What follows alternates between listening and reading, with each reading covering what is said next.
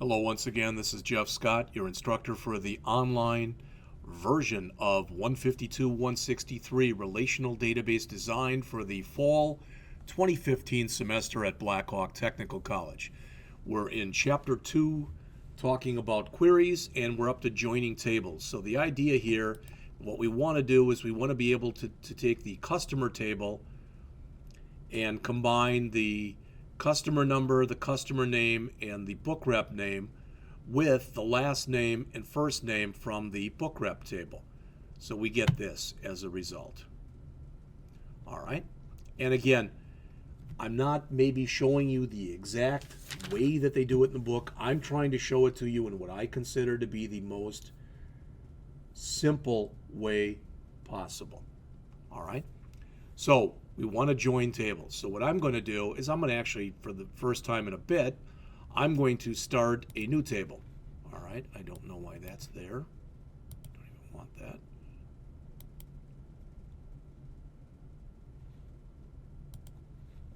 So I'm going to come in here and start up a new query. So I'm going to go over to my query design, and I'm going to add both the book rep table and the customer table. And close. And the system recognizes the fact that I've got the relationship between the two. Don't think I need the property sheet right now, so I'll close that. So what we want to do is we want to grab the book rep number, and from the other table here, we want to grab the, from the book rep last name and first name, and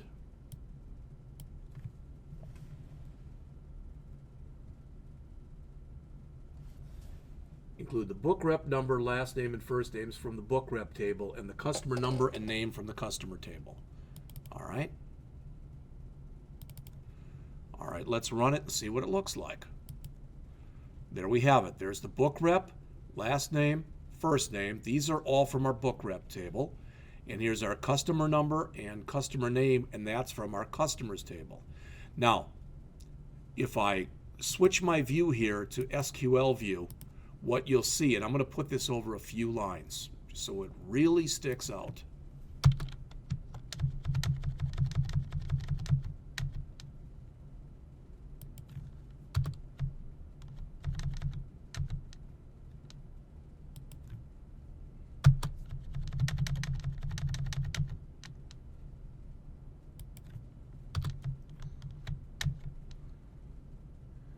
This will still work just fine.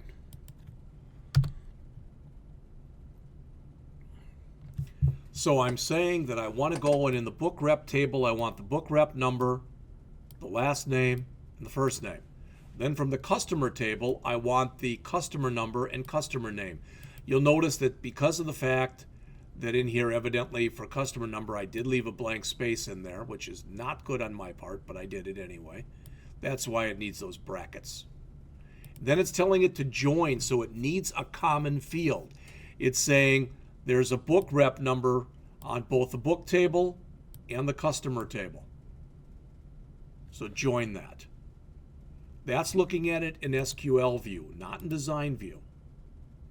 All right, we run it, we get our information. So let me save this. We'll call this query join 01. Oh, that should have been chapter CH2, I guess. I got a couple of these that look like they're wrong, so let me, oh, that was the original one from chapter 1 here. So let's rename that one CH1 customer query, and this one we will rename,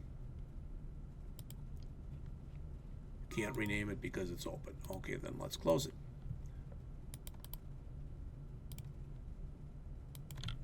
So that'll be CH2 join query 1, or query join 1. All right, I want to copy that and paste it.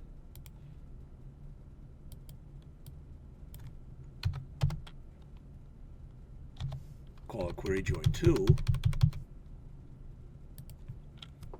All right, and let's bring that up. okay? Because we want to change some join properties. I'm on the bottom of page 101. Normally, records that do not match do not appear in the results of a join query.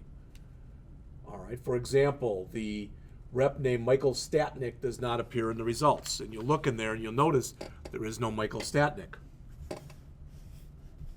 So they want us to return to design view.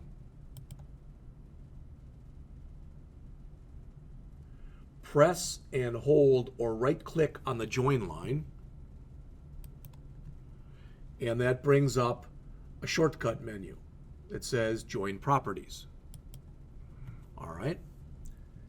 Tap or click the join properties to display the join properties dialog box. So that's what we have up now.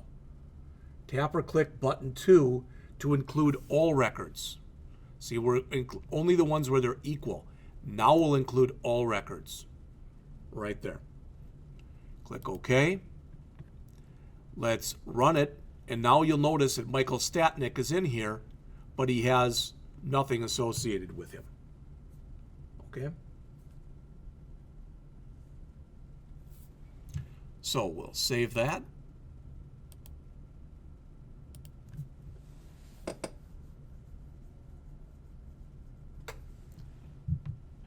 And let's close. Now I'm going to highlight the query join 1, which was the first one that we just did. Now I'm going to create a report based off of that. So I'm going to go over to create again. In our tab, this time I want to choose report. And you'll notice I get a report based off of that information. So let's see. Oh, this time they want us to do it via the wizard. Okay, so let me close this. Do I want to save the changes? No.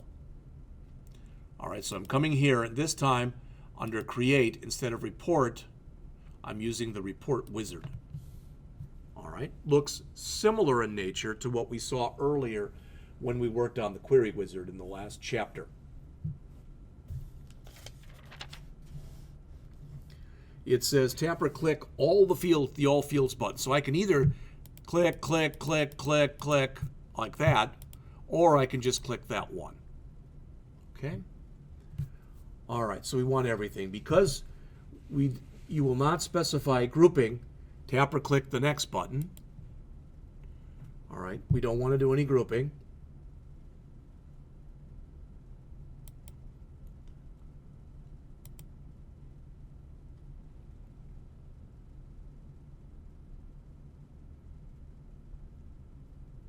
Because we already specified the sort order on the query, we can click the next button again. We want to make sure that tabular, oh, wait a minute. Selected is the layout and portrait is the orientation. All right, I think it looks okay the way it is, but we're going to call this CH2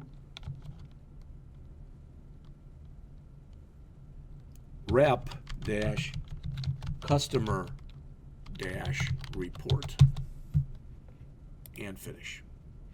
And there's our report. I guess I did do grouping even though I didn't ask for it. I thought I didn't ask for it, but we've got everybody from Alina Perez. Actually, mine looks much nicer, I think at least, than the way it looks in the book. On page 104. All right. So I'll tell you what I'm going to do. I'll save this one. And then we'll close it. And I'll rename this under reports. And I'm just going to rename it basically 00. Okay, because that's the first one. So I'm going to come back here to that join query.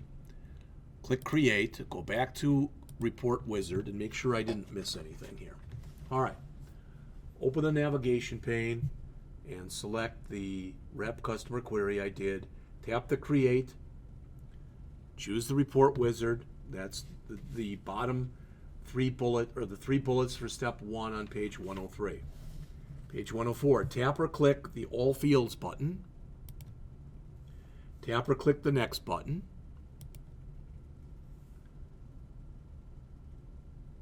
Tap or click the next button.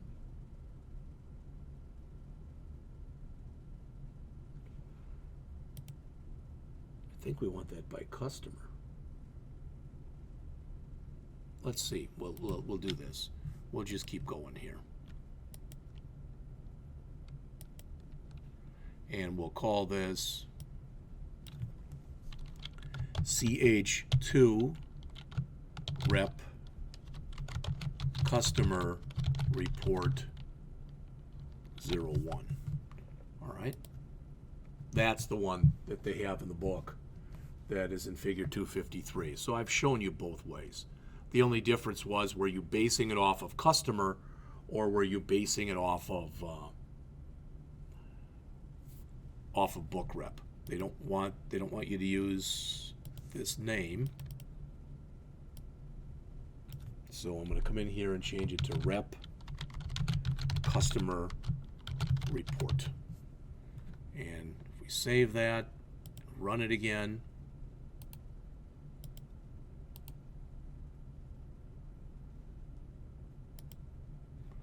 there you see it. Okay. They show you how to print a report on page 105. I think we all know how to do that, so I'm not going to go back and do that. If you do still have questions about stuff like that, then just, again, email me. And as I've mentioned, please feel free to talk and email the lab assistants or call them as well. All right, create a form from a query, starting on page 105. We want the same join query that we had before. We're going to click Create again. We're going to come over on the Create tab. It says tap or click the Form button. And there we have it. So we can save this. Again, we want this to be rep customer query. But I'm going to save this as CH2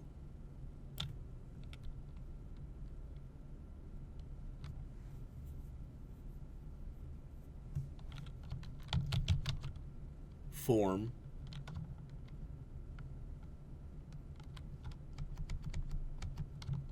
rep customer form. That should be fine.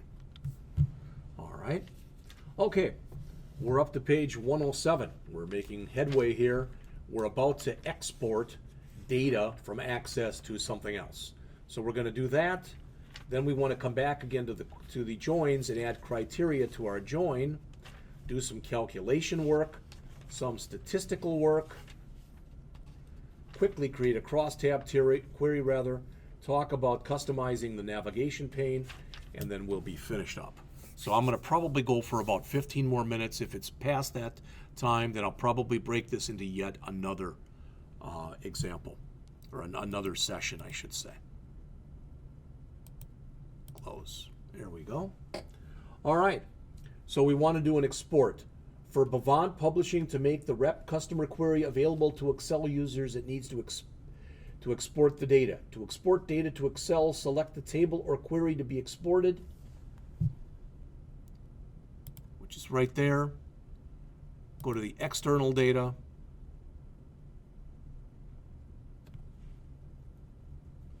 And before we did this, which was the import, now we want to click the other export, the other one, which is export.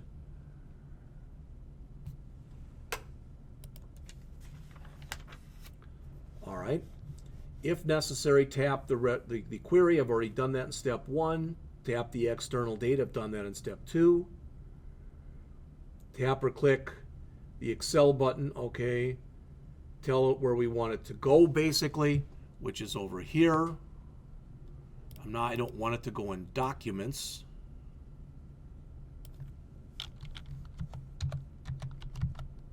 We'll put it in 152, 163. Hopefully that's won't be any kind of error. We're going to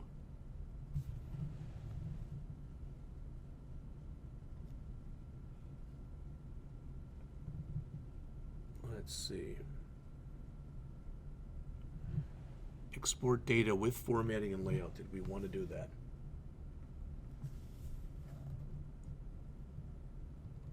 Well, as of right now, as far as I can tell, they don't have that checked. Let's see. Let's click OK. It's not a valid path. Okay, that was on me. So let's go back and find it. 152, 163. So that'll be it right there.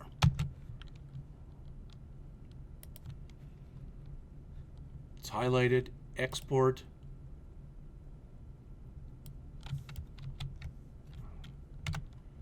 That should be correct. Do I want to save the export steps? I don't think so, so I'm going to click close. All right, so now let's go back, and there it is. So there's the information. Well, cut it down in size, but there's the information that I just joined together. Again, as I did with Access, I can double click on all these things in between there. There we go. Now I can go in with Excel and I can take all this stuff that we see here and I can bold it and underline it, etc.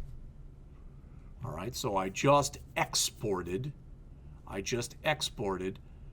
before we did an import where we brought Excel into Access. I just exported where I took Access and brought it into Excel.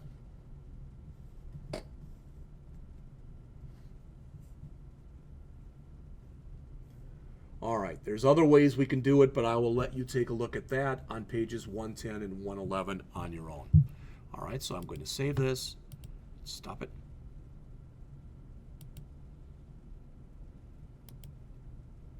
Okay, doesn't matter if I've saved that or not, it really doesn't. Okay, so adding criteria to a join query on page 111. Sometimes you'll want to join tables, but you won't want to include all possible records. So I'm going to come back to this query that we had here. I'm going to again copy it, and I'm going to again paste it, but this will be CH2, CH2 query join 03. All right, bring that up. Immediately go into design view, and this time we want the amount paid to be greater than $20,000. Well, if we look in here, all right, we're not putting in the amount paid right now. We've got, oh, this is the join query. I'm sorry, we didn't need this one. So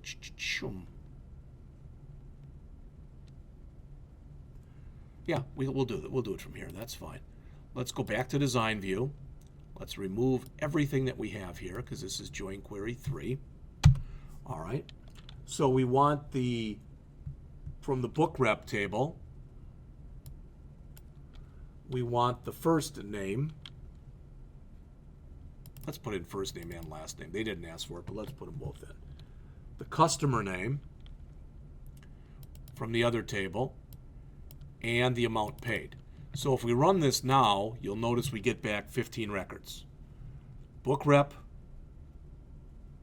first name, last name, customer number, and amount paid.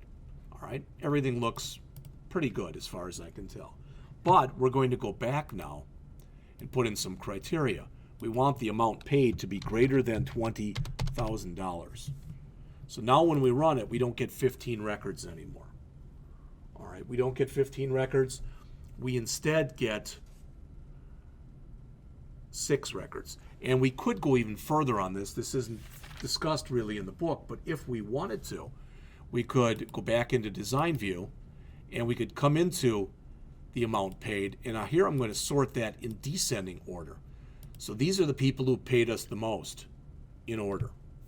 All right, over $20,000.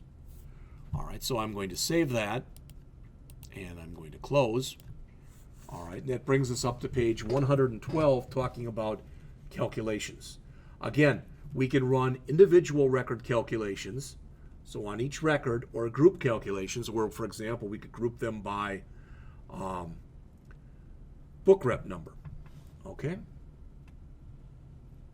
So it looks like in this one we've got customer number, name, amount paid, and current date due. Let's just create a new query. All right, so I'm going to come in here to query design, and we'll just bring in the customer table. I think that's got everything we need, but we'll check to be sure. Can always bring back the other table if we need it. All right, so we want in here the customer number, customer name, amount paid, current due, and we're going to add a new field that's called total amount. So what that total amount is going to do is it's going to add these two fields together. So for this employee right here, or for this customer number, it's going to be $80,334.64. Here we have no amount paid, so it'll just be $6,081.98. All right, so let's go back into design mode. In fact, let's save this first. So we'll save this as CH2 query calculation 01. Good enough. And now I'm going to go back into design view. I'm going to go over to an empty column that's right here. Again, I'm following the steps as they're shown on page 113. It says tap or click zoom on the shortcut menu. So I'm right here, right mouse click, and I'm going to click zoom. All right.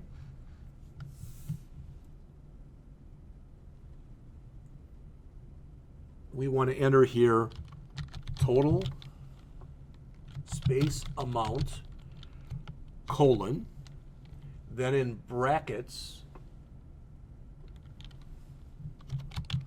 amount paid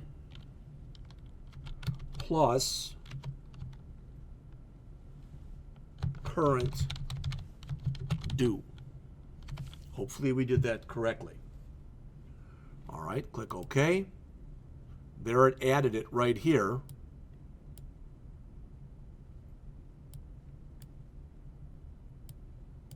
And let's see if we did it correctly.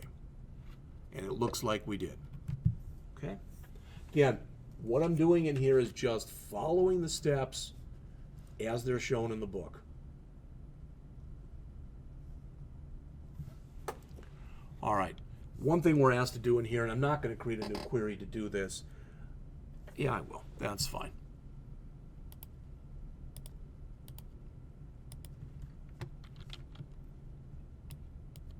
So this was CH2 query calculation. So I'm going to copy. I'm going to paste. And call that 02. Okay. And let's bring that up in design view. All right.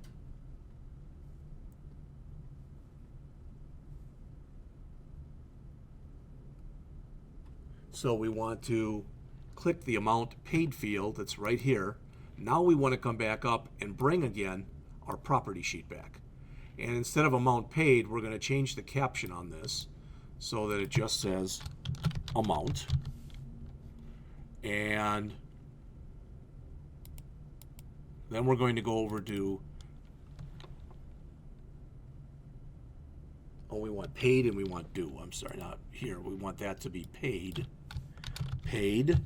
And we want this to be due. And we want this to be total amount. All right, let's run it again. Paid, due, and total amount. Okay. As far as I can tell, the exact same thing that you see on page 115 in your text. Let's save that. And let's close that. All right, I'm on the bottom of page 115. Talk a little bit about statistics for a few pages. And then grouping, and then customizing the nav pane. And it looks like then we'll close out the chapter. All right. So the following will allow us to create a new query for the customer table. So let's start with a brand new query then. That's fine. Query design will bring up the customer table, and there we are. I do not believe we're going to need the property sheet for this one, so to give myself some more room, and I can even narrow this down a bit there. All right. So add the amount paid field.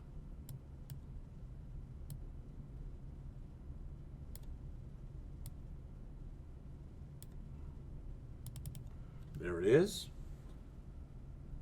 Now, if I run it right now, I get all the amount paid for everybody. Okay? That's not the goal here. Instead, whoops, you want to change, let's cancel.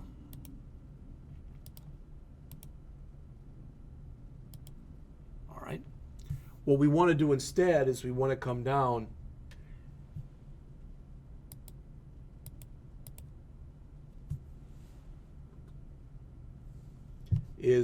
on the query design tools, the show hide group right here, we want to choose totals there, and now notice it's got a group by.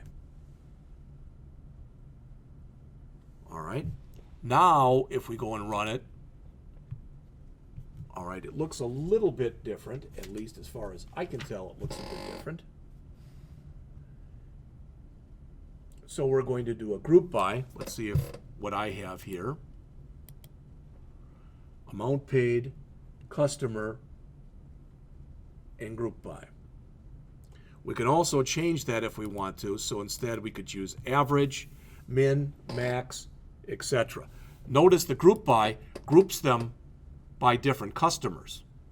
All right, but if I change this to a sum, for example, and run it, I get one aggregate value. That's the sum of all the amount paid of every customer. If I come back again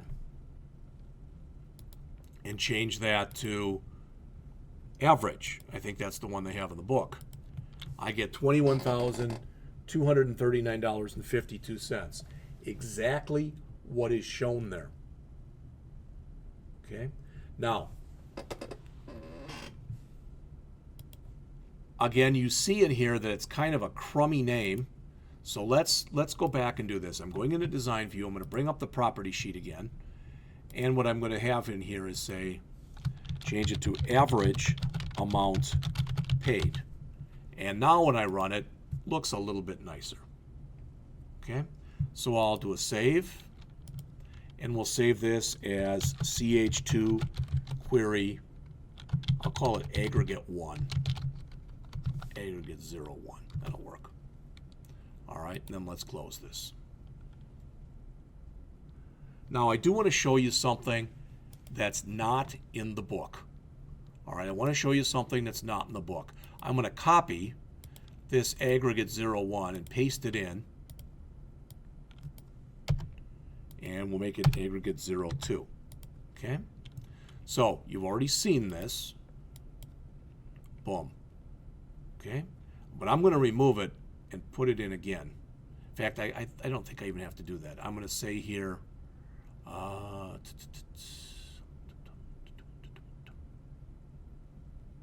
going to see if I can do something, like I said, that's not shown in the book. So I'm going to do a show table, go to book rep, click add. Come on, click add.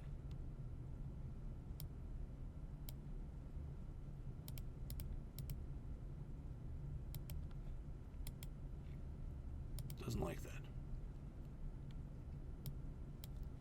All right, I'm going to remove everything that's there. There we go. Hopefully it'll let me do it now. So, show table, book rep, add, there it is. Close. Let's reverse the order of these. I just like to do that. See what's going on here. Oh, it's because I have them down here. Okie dokie, I was putting them in there. There just wasn't room. So let me remove this. We'll remove this, and we'll just use these two. So book rep. There we go. That's fine. All right, so what I want to bring in here then is book rep number, and then let's do total paid. All right. Now let's run it. Okay. It's not what I wanted to see. Close. Let's go back to the design view. I don't want to do any grouping here, I don't think.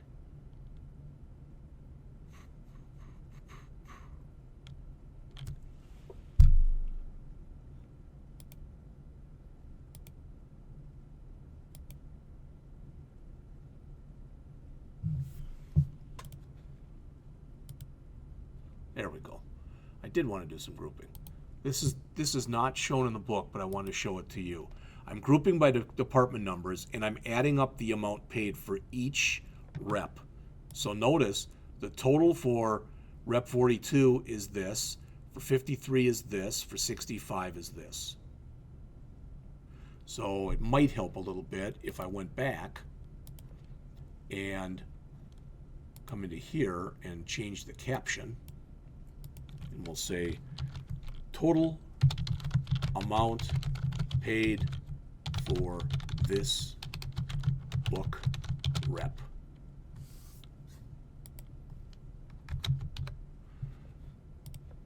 All right. Kind of a long heading, but you get the idea. And I might even want to change that one in here so that the caption actually says book rep number, or maybe just a number sign.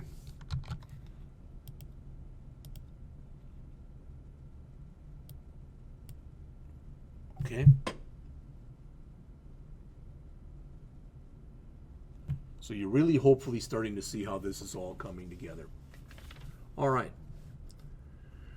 Why use grouping on page 118? Again, grouping means creating groups which have some kind of common characteristic, and I guess what I just did was the exact same one that they show on page 118. Okay. All right, let's go in and take a look at a crosstab query. So save, and let's close. So I am on the bottom of page 118, and we'll go 118, 119, 120, and most of 121. All right, a crosstab query, or simply crosstab, calculates a statistic for data that is grouped by two different types of information. So this is what we're going to do.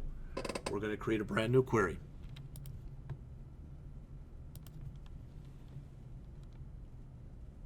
Oh, I guess we're going to use the wizard for this one. All right, so let me close this. I don't want to use that one. Hopefully it didn't save it. I don't think it did. All right, so we're going to create Query Wizard. This time we're going to use crosstab Query Wizard. Everything that we've done thus far for queries, we could have done it using the simple Query Wizard instead of the way that we were doing it. There's always a multiple number of ways of doing the same thing. So we're displaying the Query Wizard dialog box. There it is.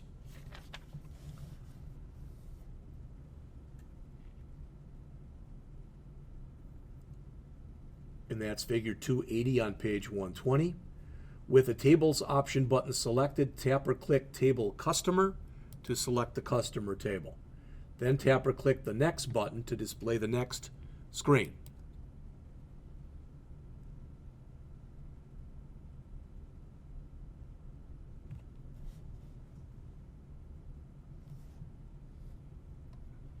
Looks like we want the state field be selected over there. That's figure 281.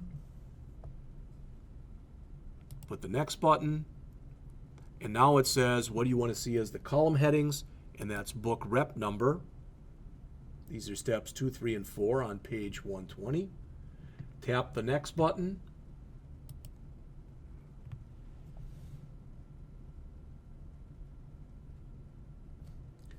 Tap or click the returns field to select for the calculations, and it looks like we want sum. Tap or click the next button, and we're going to change the name of this to CH2 query. Customer crosstab is okay. And let's click finish. And there we have it. Now,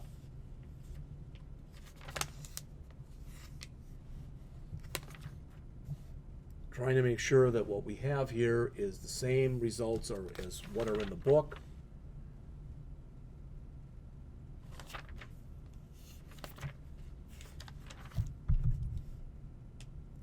And if you look back to page 119 in figure 2-78, you'll see it looks exactly, that's kind of the before picture, the exact same look. All right. Finally, customizing our navigation page to make it easier to look at, go around it, etc. Currently, the entries in the navigation page are grouped by object type. That is, all tables are together, followed by all queries, etc. You might want to change the way that that's displayed. All right, so we're going to change the organization of the navigation page. We'll also use the search bar to restrict the objects that appear. All right. It says, if necessary, tap or click the shutter bar open close button to open up the navigation pane. Well, this is already, that's this. Right here. That'll open or close it. Tap or click tables and related views.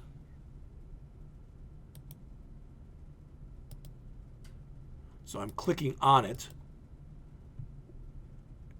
Tables and related views to organize by table rather than type of object. So that's all the stuff for the books reps table. That's all the stuff for the customers table. All right. Tap or click the navigation pane arrow to produce the navigation pane menu.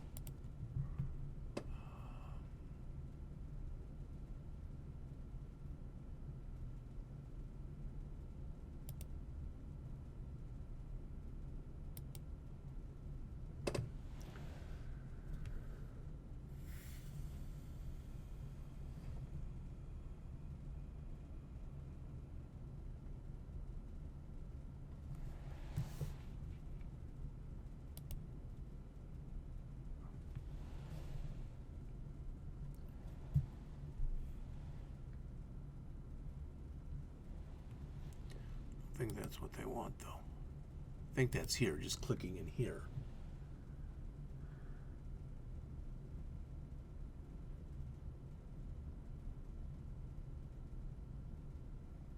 Type CU. Now we only see things that are involved with a customer. All right.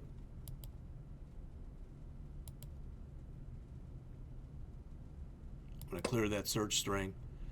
Okay. We'll leave it the way it is. I don't think that's going to matter one way or the other. So that's it for Chapter 2. I'm going to come back and quite quickly just go over lab number 2, which is on pages 131 and 132 of your book. I'll be back to do that shortly.